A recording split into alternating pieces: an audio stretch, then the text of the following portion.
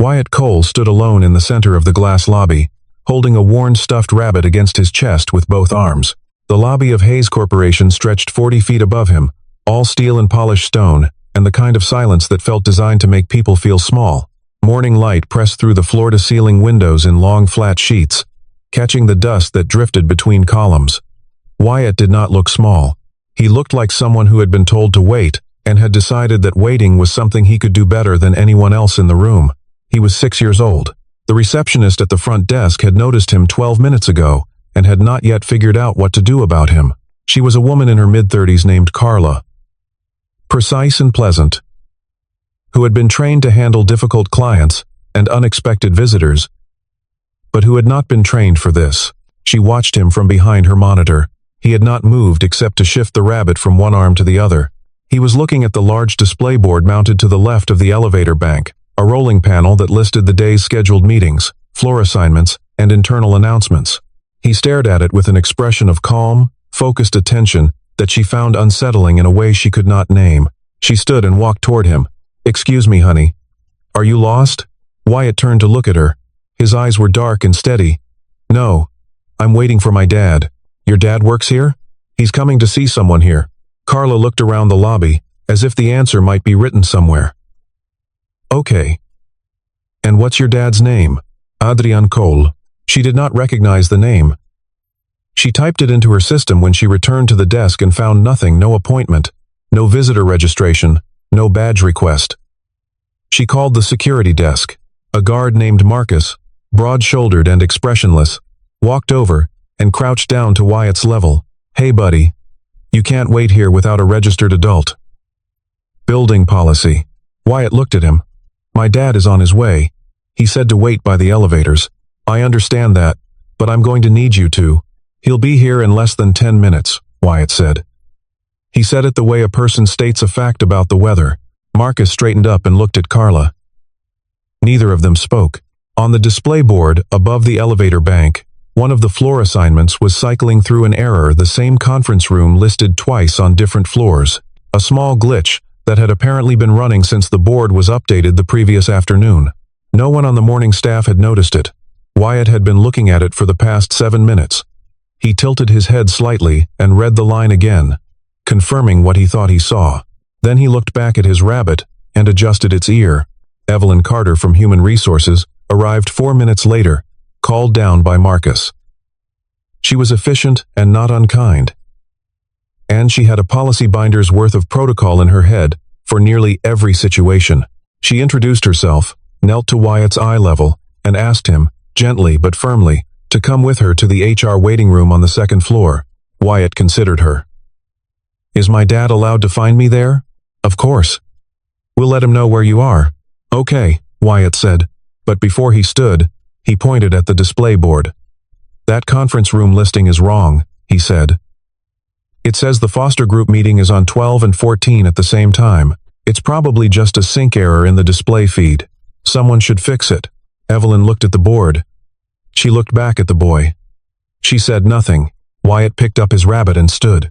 Victoria Hayes stepped out of the elevator at precisely 8:47, the way she stepped out of every elevator moving before the doors were fully open, already reading the first message on her phone, her heels clicking a rhythm that the rest of the floor instinctively adjusted to. She was 26 years old and had been running Hayes Corporation for 14 months, inheriting the position from her father, who had stepped down due to illness. She was not beloved.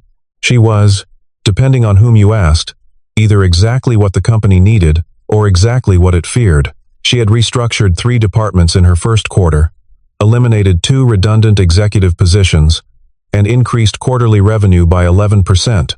She had done all of this without apology and without a great deal of warmth. She noticed the boy the moment she stepped off the elevator. Evelyn was walking him toward the stairwell, but they had not yet reached it. Victoria stopped. Her eyes moved from the boy to Evelyn to Marcus and back. "What is this?" she asked. "A minor waiting in the lobby without a registered adult," Evelyn said carefully. "We're relocating him to the HR suite to wait for his guardian." Victoria looked at Wyatt. He looked back at her without flinching. "Who are you waiting for?" Victoria asked. "My dad," Wyatt said. "Does your dad have an appointment?" "He's coming to give someone important information." Victoria's expression shifted in the direction of impatience. She had a board call in 13 minutes, a contract review at 10, and a lunch meeting she already resented. A child in the lobby was not a complexity she had space for.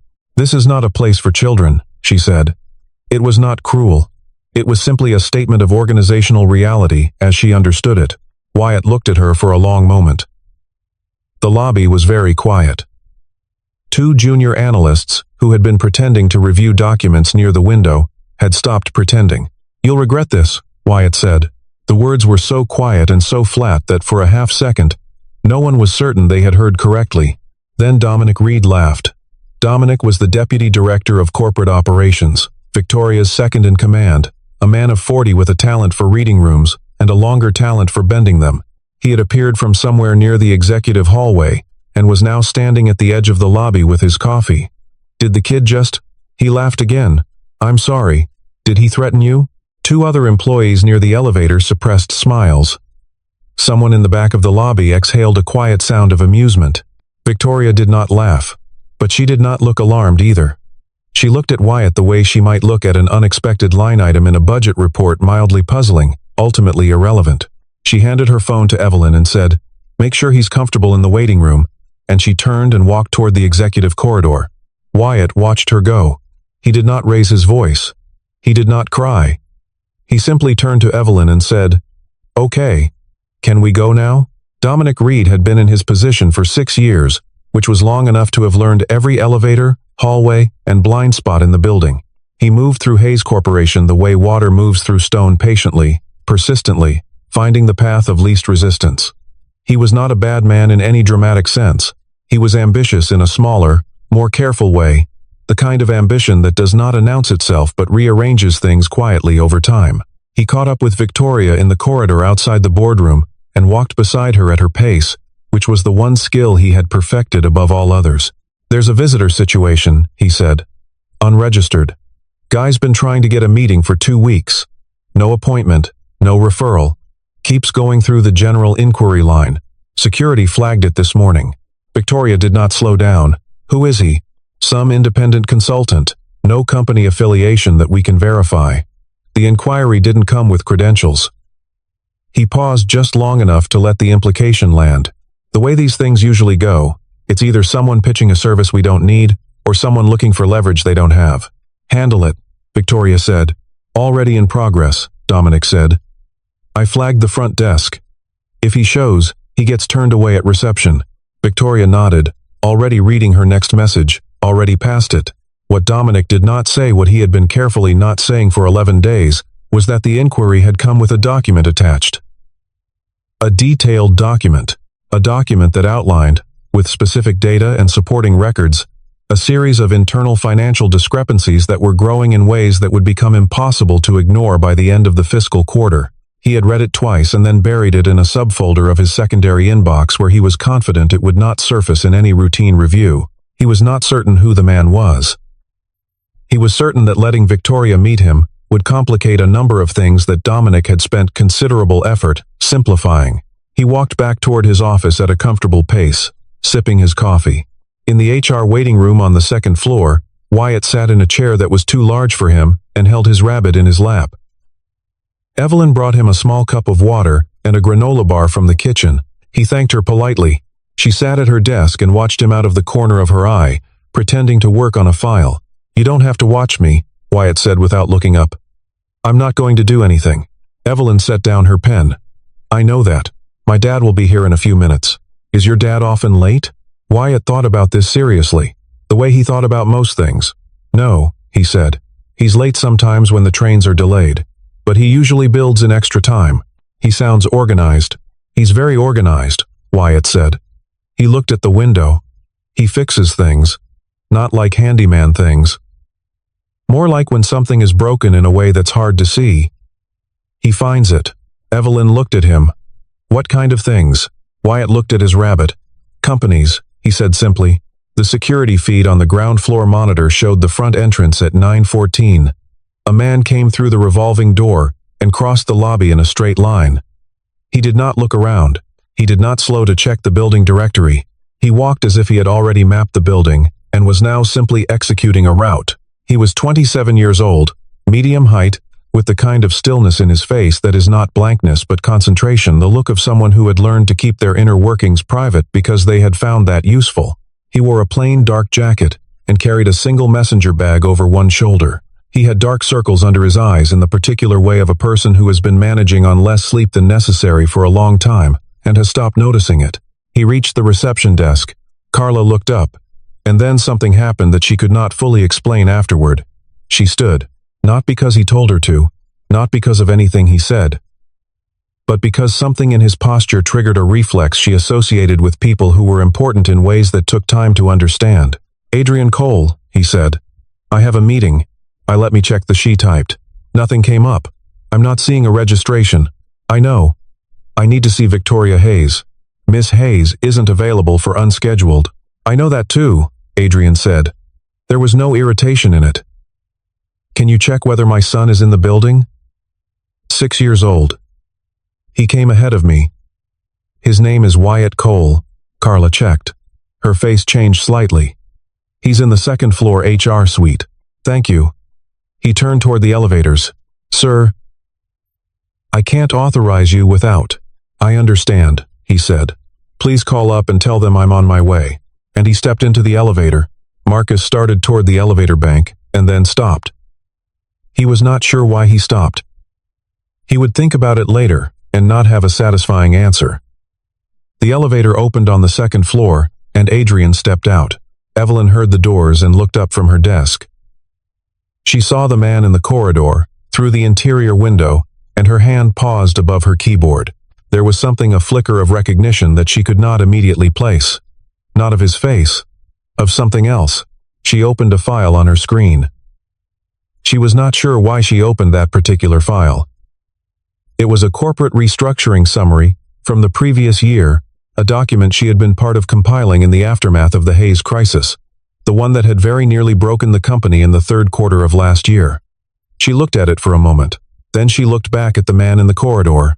Wyatt was already standing. He had heard the elevator too. The door opened and Adrien Cole walked in. He looked at Wyatt with an expression that was completely still and completely full at the same time. The expression of a father whose worry has just resolved. Wyatt crossed the room and pressed his face against his father's jacket. Adrien put his hand on the back of his son's head. He held him there for a moment without speaking. Then he said, quietly, "You okay?" "Yes," Wyatt said into the jacket. "They laughed at me. I know. But I wasn't wrong." "You were not wrong," Adrien said. He looked up at Evelyn over Wyatt's head. "I need to speak with Miss Hayes," he said. Evelyn looked at the file on her screen. She looked at Adrien Cole. The thing she had half recognized when she saw him through the window was sharpening into something more specific. The crisis the previous year had been a structural failure in the company's logistics data, a cascading error in the procurement modeling that had nearly caused Hayes Corporation to default on 3 major supplier contracts simultaneously. The board had quietly brought in an outside specialist at the recommendation of a financial contact whose name Evelyn had never been given. The specialist had worked remotely, submitted a series of intervention documents, rebuilt the procurement model, and identified a secondary data corruption issue that had been feeding into the primary error for 9 months. He had been paid through an anonymized contract processing firm and had never entered the building. No one on the internal team had met him. No one had seen his face. Evelyn looked at the open file. She looked at the name at the bottom of the intervention contract, a single line of text in a font size that had been reduced, almost imperceptibly, as if by accident. Cole. Independent consultant. She looked up at Adrien. "One moment," she said, and reached for her phone. The boardroom on the 14th floor was built for intimidation, which was its function when Victoria's father had designed it, and remained its function now. Long table. High-backed chairs. A view of the city that reminded everyone present how far they were from street level. Victoria sat at the head of it, her laptop open, her notes printed and stacked, her attention deployed across 3 simultaneous concerns, with the practiced efficiency of someone who had been trained since childhood to treat focus as a resource to be managed rather than felt. She did not look up when the door opened. "We're about to start," she said. "Miss Hayes." Something in the voice made her look up. It was not loud. It was not aggressive. It had the particular quality of a voice that has learned not to need volume because it has other ways of being heard. Adrien Cole stood in the doorway. Gabriel Foster, one of the board members seated along the right side of the table, looked up from his papers. He looked at Adrien. His face went through a sequence of expressions: recognition, surprise, recalibration that lasted less than 3 seconds before settling into careful neutrality. He said nothing. Across the table, Jason Brooks, another board member, followed Foster's gaze. His reaction was quieter, a slight stillness, the kind a person produces when they understand that something is happening that they had not anticipated and are deciding how to respond. Victoria noticed both of them. She was very good at noticing. She looked back at the man in the doorway. She did not recognize him. She had never seen him, but she was aware, suddenly, and without a clear reason, that the people around her did. "This is a closed session," she said. "I know," Adrien said. He stepped into the room. "I won't take much of your time." Dominic appeared behind him in the corridor, moving fast, his earlier composure fractured into something tighter. "Miss Hayes." "I apologize. He came up through HR. I didn't." "It's fine," Gabriel Foster said. Everyone looked at Foster. It was not common for board members to cut across executive protocol in that tone. Foster was 61 years old and had been on the Hayes board for 19 years. He did not speak casually. "Let him speak," Foster said. Victoria looked at Foster. She looked at Adrien. She sat back in her chair, with the controlled stillness of a person recalculating. "You sent my son away," Adrien said. He was not looking at the room. He was looking at Victoria. The room absorbed this. The absence of accusation in it was, somehow, more present than an accusation would have been. "I didn't know he was your son," Victoria said carefully. "I know," Adrien said. "I'm not here about that. I'm here about this." He opened his bag and set a folder on the table. A single folder, not thick, but dense, the kind of document density that comes from precision rather than volume. The procurement modeling you've been running for the past 4 months has a secondary fault in the input validation layer. It's the same architecture as the error from last year, but smaller and in a different location. It won't trigger a visible alert. It will compound quietly for another 2 quarters, and then you'll start seeing contract irregularities that will look like vendor errors. They are not vendor errors. No one spoke. Adrien reached into the bag again and set a second document on the table.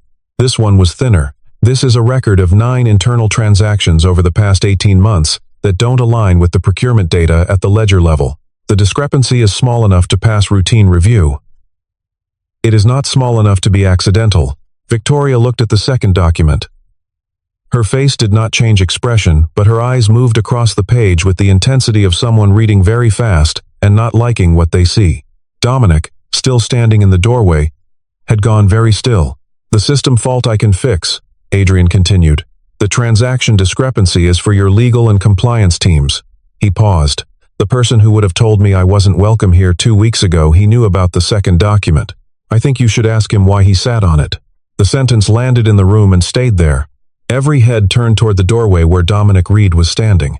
Dominic's composure had been one of his most reliable assets for 6 years. In this moment, it failed him.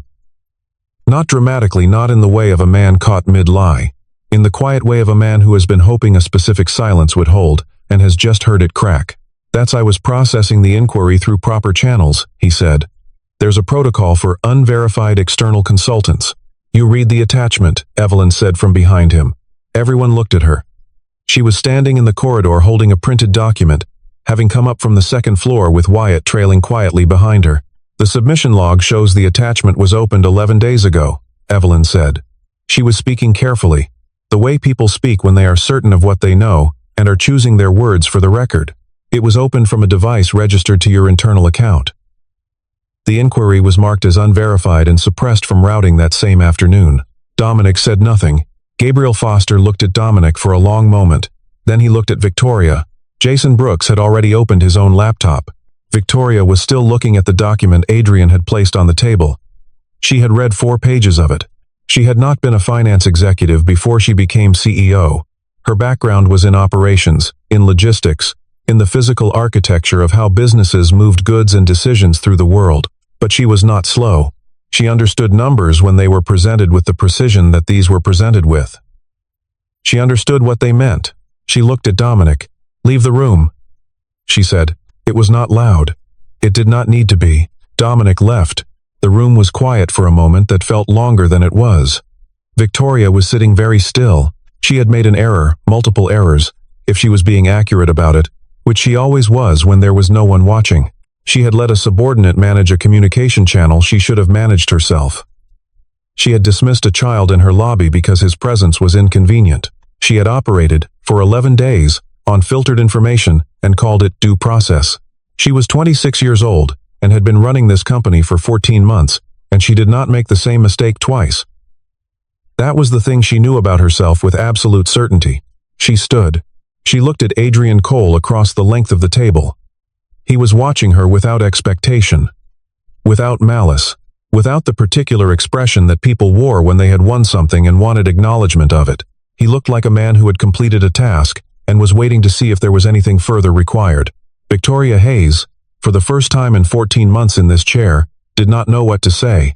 She who had restructured departments and eliminated positions and increased quarterly revenue by 11% and had not once in any of those 14 months been at a loss for language, she stood at the head of her boardroom, found herself without a prepared response for a situation she had not anticipated, and so she did what she had seen her father do exactly once, when she was 12 years old.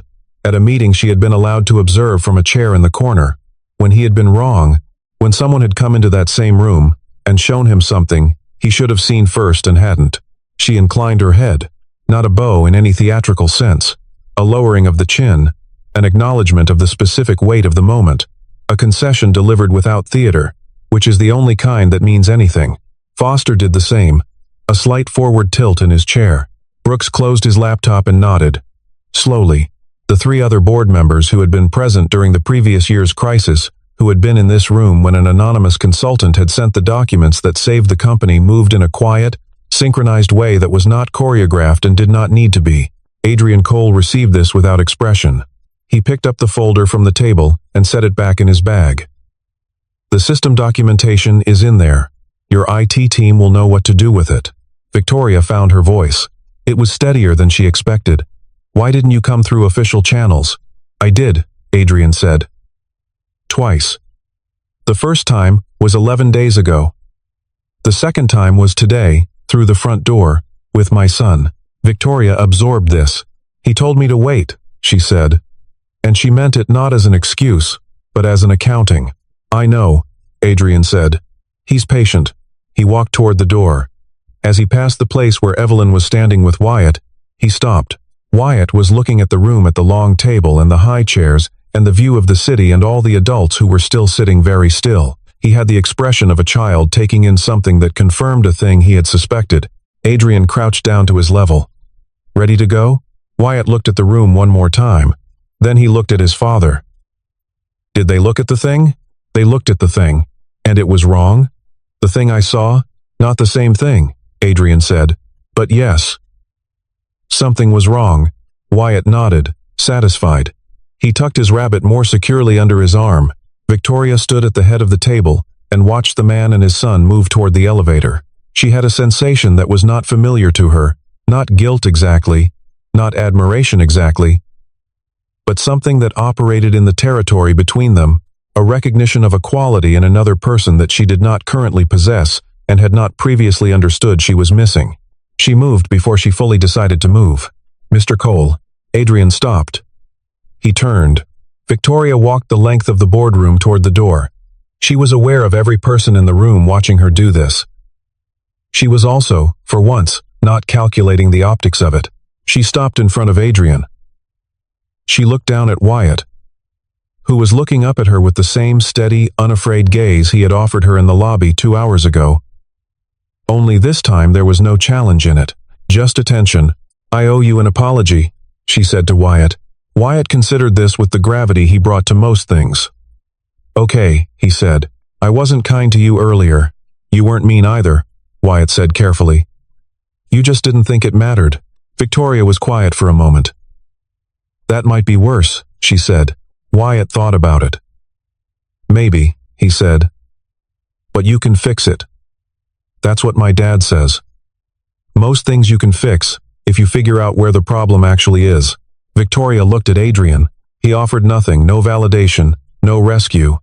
Just the same patient attention he had been offering since he walked into the building. He's right, Victoria said. She extended her hand to Wyatt. He shook it with a seriousness that made two people in the boardroom look at the floor to conceal their expressions. Then she looked at Adrien. I'd like your firm to have a formal contract for an ongoing systems review. Whatever terms are appropriate, I'll send a proposal, Adrien said. Through official channels this time. Through official channels, he agreed. He did not smile, but something in his face shifted a small relaxation of the precision he had been holding, as if in the presence of a correct answer, certain muscles were permitted to rest. Victoria watched them go to the elevator. The doors closed. She stood in the corridor for a moment after they were gone, alone, which was not something she permitted herself often. The building hummed around her, its usual operational frequencies. Someone's phone was ringing on the 14th floor. The board members inside were beginning to reassemble their thoughts. She had a great deal of work ahead of her. There was a structural problem in her procurement system that needed to be corrected. There was a deputy director who needed to be removed, and a proper investigation opened. There was a protocol failure in her own office to account for the filtered information, the assumption of gatekeeping as efficiency. And she had learned something she had not expected to learn this morning. In the form of a 6-year-old, with a stuffed rabbit, and a particular kind of courage. She straightened her jacket. She walked back into the boardroom. She did not look small. In the boardroom above, the silence that had followed Adrien's departure did not last long. There was too much to do, and Victoria Hayes was not a woman who permitted silence when action was available. She sat back in her chair and looked at the two documents Adrien had left behind. Foster and Brooks had both moved their chairs slightly closer to the table, a physical recalibration that meant they were ready to work. She appreciated this about them. I want a full audit of the transaction discrepancy, she said. Not internal. Outside counsel, separate engagement. No communication through any channel that Dominic Reed has touched in the past 18 months. Agreed, Foster said. He was already writing. The system fault. I want IT to read this documentation today. This afternoon. Not scheduled. Today. She tapped the folder. And I want to know how we missed the same structural architecture twice. That's a process question, Brooks said. Who reviewed the rebuild documentation from last year? Victoria already knew the answer. She had not known it an hour ago, but she knew it now, in the way that certain knowledge assembles itself once you stop filtering the inputs. Dominic managed that handoff, she said. The room did not need to say anything further. The shape of it was clear enough. She stood and walked to the window. The city below her was running its usual indifferent business, the trucks moving, the office towers standing in their grids, the pedestrians crossing at corners in the thin autumn light. Somewhere down there, a man and his 6-year-old son were walking home after delivering information that would change the course of her company's next 2 quarters, and neither of them had asked for anything except to be heard. She had almost not let that happen. She had not been cruel. She had been worse than cruel, in the way that Wyatt had identified with a precision that still sat in her chest like a small, specific weight. She had looked at a child in her lobby and decided he did not matter. She had accepted a subordinate's filtered summary of a situation and called it management. She had operated as though her authority was the same thing as her judgment, and had not noticed the gap between them. Victoria Hayes did not make the same mistake twice. But the more important lesson, the one she was only beginning to understand, was simpler. The mistake had not been about systems or protocols or information routing. The mistake had been about people, about a small boy with a stuffed rabbit who had looked at a display board and seen something no one else had thought to check, about a father who had tried twice through legitimate channels and kept showing up anyway, patient and unresentful, because the information he carried mattered more to him than the inconvenience. She had been so focused on running the architecture of the company that she had forgotten the architecture was made of people. It was the kind of thing her father had tried to tell her, once, in a conversation she had half listened to because she was 24, and certain she already understood the important things. She thought about that now. She thought about him sitting at this table, inclining his head when he was wrong. Showing her, even then, without knowing he was showing her, what it looked like to be accountable. She turned back to the room. Let's get to work, she said. On the ground floor, The revolving door exhaled the two of them into the late morning air. The city was running its usual noise traffic, voices, the percussion of construction several blocks away. Adrien put his bag more securely on his shoulder, and Wyatt fell into step beside him. Their pace matched in the easy way of two people who have walked together long enough not to think about it. They walked half a block before Wyatt spoke. "Dad." "Yeah." The display board had a mistake on it. The one in the lobby. "I saw it when I was waiting." "I know." "Evelyn had someone fix it. It was a sync error," Wyatt said.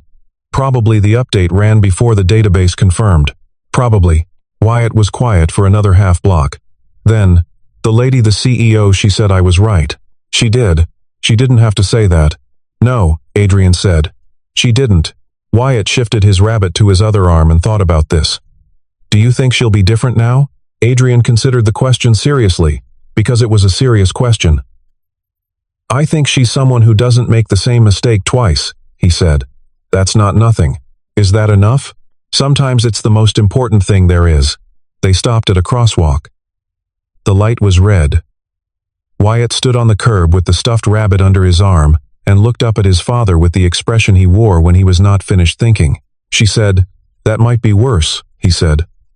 "About not thinking it mattered.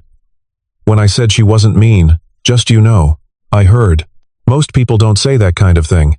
"No," Adrien said. "They don't." "Why did she?" The light changed. They stepped into the crosswalk. Adrien was quiet for a moment, and Wyatt did not push. Because he had learned early that his father's silences were working silences, not absence. "Because she understood something," Adrien said finally. "Some people, when they understand something clearly enough, they say it out loud, even when it costs them. It's a rare thing." Wyatt walked for a moment. "Are you going to work with her? For the contract?" "That's the plan." "Okay." Wyatt seemed to settle into this. "She'll probably be better at it now." "The not making mistakes part. She might be," Adrien said. "You'll help her. If she lets me." Wyatt looked up at him one more time. "She will," he said, with the flat certainty he reserved for things he had already decided were true. "She's the kind of person who figures out what to do once she knows what the problem is. She just needed someone to show her where to look." Adrien looked down at his son, this small, serious person with the worn rabbit, and the steady eyes and the patience that had been tested and not broken in a glass lobby that was built to make people feel small. "Yeah," he said quietly. "She did." They rounded the corner, and the Hayes Corporation building disappeared behind them. The city went on around them, indifferent and enormous. And the two of them moved through it together at their matched and practiced pace, unhurried, taking up exactly the space they needed, belonging to each other in the complete and uncomplicated way of people who have already found the most important thing they were looking for. There was nothing left to prove. There was only the morning, and the city, and the walk home.